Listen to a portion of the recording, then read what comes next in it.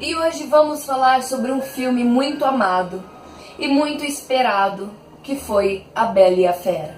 Baseado no desenho da Disney de 1991, essa história encanta corações desde aquela época e continua encantando. E é sobre ele que iremos falar agora. Luz, câmera, ação!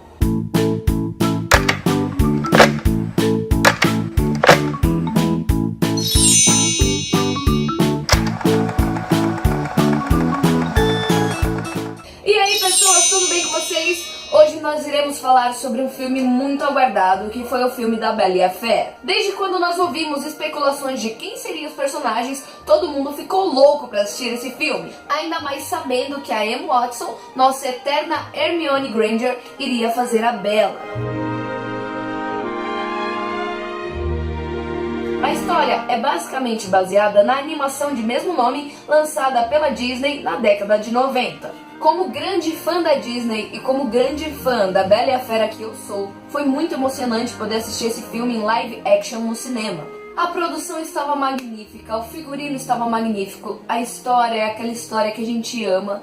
Porém, nesse filme a gente pôde descobrir alguns detalhes a mais que a gente não sabia no desenho. Um exemplo disso é como a mãe da Bela morreu. No desenho não é citado a nenhum momento como que ela morreu, e no filme a gente pôde ver o que aconteceu realmente para ela não ter mais a mãe dela, para não ter mais esse contato, e o pai dela também não ficar falando sobre ela, porque claramente era uma coisa muito dolorosa para ele, e no filme a gente pôde ver isso realmente. Quando eu vi o filme no cinema pela primeira vez, eu assisti dublado.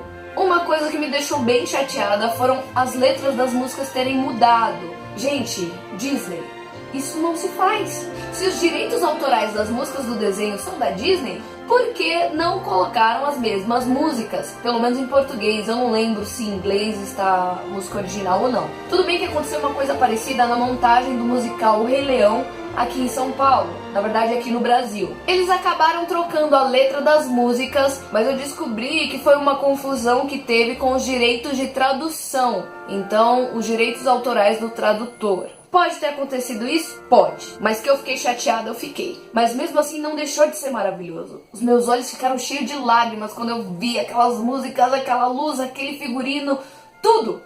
Tudo tava perfeito, tirando a tradução das músicas.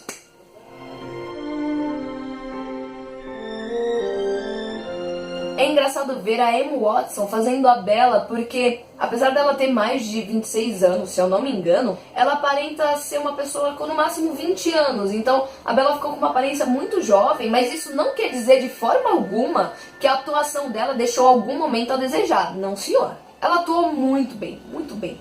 Mas eu tenho que falar que eu tenho que bater palma pro Luke Evans. Quem não sabe, o Luke Evans foi quem fez o Gaston. No começo, todo mundo falava, nossa, eu nunca vi um Gaston tão parecido, eu nunca vi um personagem real se parecer tanto com a ficção. Confesso que no começo eu vi umas fotos e olhei assim e falei, não parece tanto com o personagem, poderia até ter mais pessoas que parecessem com o próprio Gaston do desenho. Mas conforme foram passando as cenas, conforme ele foi atuando, que a gente pôde perceber os jeitos, os trejeitos dele, é muito igual. E quem fez a Fera foi ninguém menos que o lindo gato maravilhoso Dan Stevens. Eu gostei muito da atuação dele, mas, cara, o Luke Evans me impressionou. Houve todo um rebuliço também na internet, na mídia. Tiveram alguns países que não deixaram passar a Bela e a Fera. Eu não sei se eles tentaram ou se não deixaram. Eu sei que foi uma polêmica muito grande. Ai, Jane, mas por que foi uma polêmica muito grande? Simplesmente porque o personagem LeFou, que é aquele companheiro do Gaston, que a gente já conhece da animação, tinha trejeitos gays. Ai, mas em algum momento ele se admitiu ser homossexual ou qualquer coisa assim? Não. E por que censuraram em alguns países? No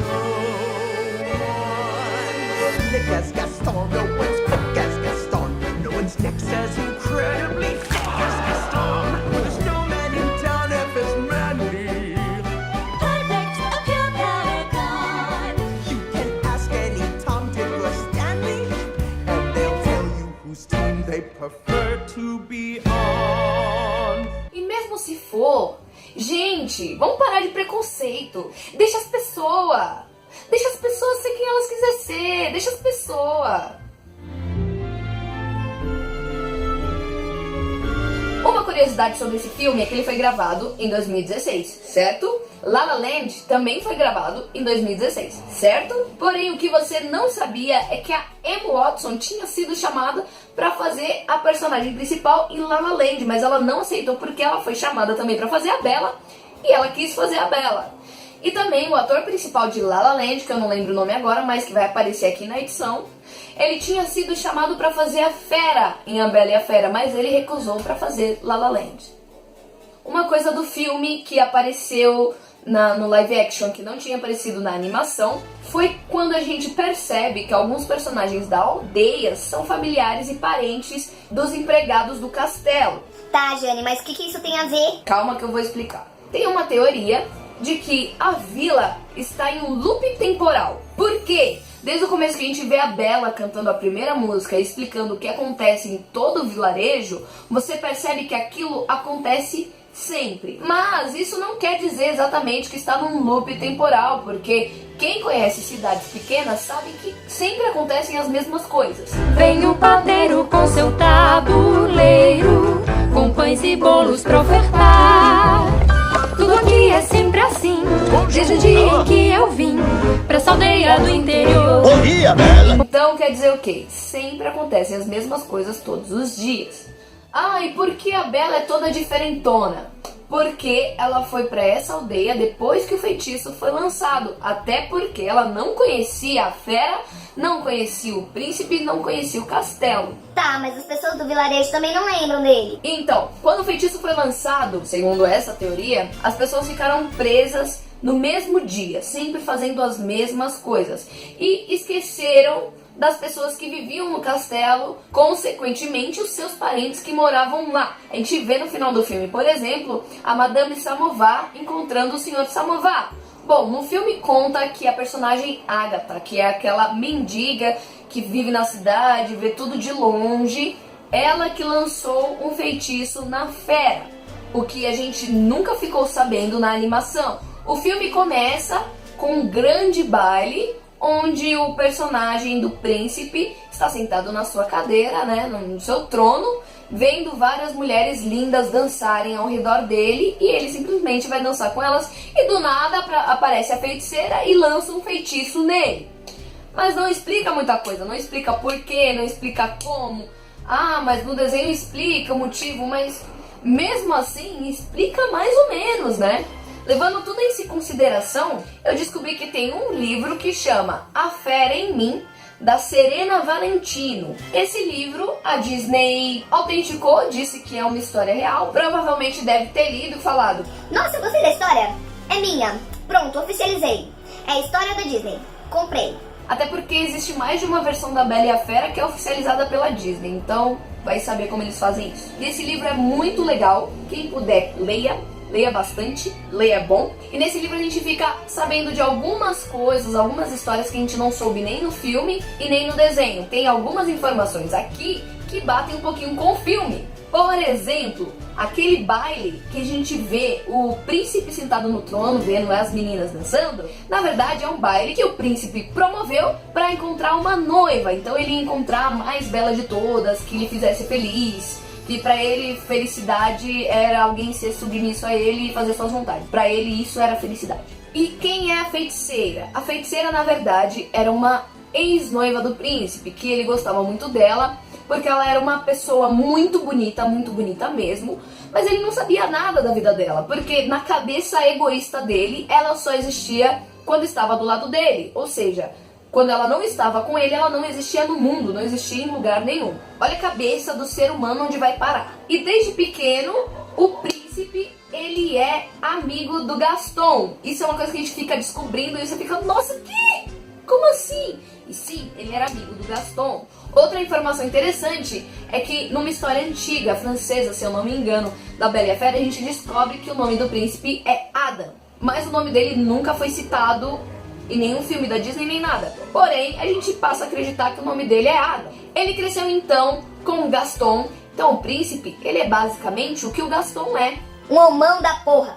tem semelhanças em suas características morais, ou seja, na época, homens de verdade eram homens iguais ao Gaston, homens que caçassem, que fossem fortes, tanto que naquele bar que o Gaston canta e ele tem as caças espalhadas pelas paredes, o bar não é dele. Já perguntaram se o bar era dele e não é dele. Ai, mas por que então ele tem as coisas espalhadas pelo bar? Por que então que ele é dono daquele lugar, tem a cadeira melhor? Porque ele é um homão da porra. Ele é o melhor homem daquela vila. Enfim, se puderem, leiam esse livro. É um livro maravilhoso. Recomendo pra vocês. Outra coisa interessante que tem a ver, mas não tem a ver, é que juntamente com esse livro, também saiu um livro sobre a Úrsula da Pequena Sereia, a vilã da Pequena Sereia, e a Rainha Má da Branca de Neve. Então, essas aqui são histórias que a gente fica sabendo o que aconteceu por trás da história do personagem principal. Então a gente começa a conhecer um pouco da história dos vilões, por trás de tudo aquilo que a gente já conhece. E sim, foi tudo oficializado pela Disney. A Disney compra tudo.